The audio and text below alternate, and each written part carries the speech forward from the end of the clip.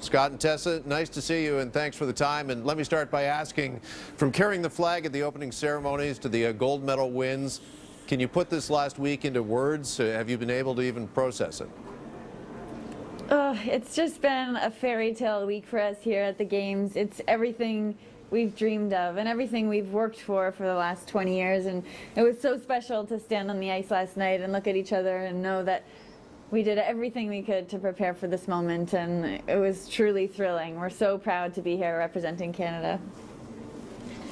Let me ask you, you mentioned the 20 years and the time you put in, and I know you've won medals before, but take us back to the final the other night. You've got everything on the line. How do you guys calm your nerves and ensure that you've got your best performance at the most important time? Does one calm the other down, or how does it work backstage? Well, it changes every time, but we are definitely thankful that we have each other, because there were a ton of nerves. I think people assume that because we're veterans and because we've been in this situation before, that maybe the nerves aren't as big as they were and maybe in Vancouver or Sochi, but that's not the case. I actually felt quite the opposite, that we had more to prove at these Olympics than ever before. And because of that, because of our training was so on, and we really believed in the plan and our build-up, we really felt those nerves, but we also believed that we could execute, and we did rely on each other. And once that music started, once we kind of looked into each other's eyes, we just enjoyed the moment. We skated with our hearts, and we felt the support of Canada, and that carried us through.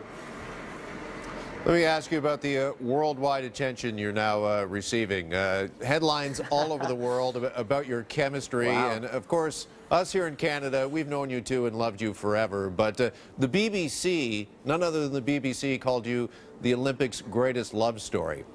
What do you make of all of this attention of the two of you as a couple?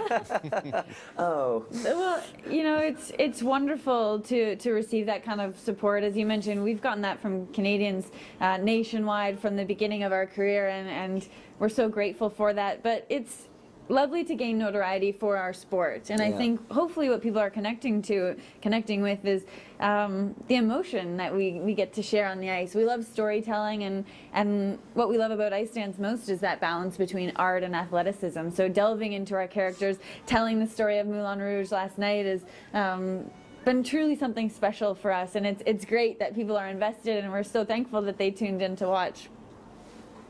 All right, I know if I ask you if this is the end of your competitive career, you're both likely going to tell me we're going to take some time, we're going to catch our breath.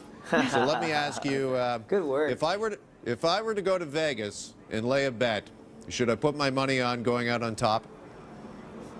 I would probably do that, yes. And you know, this is something that we need to take a moment and think about and talk about, respect for each other and for the fans.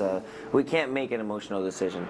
I think with the Olympics that we've had, the tendency for us would be to try and compete in the Olympics until we're 80 years old.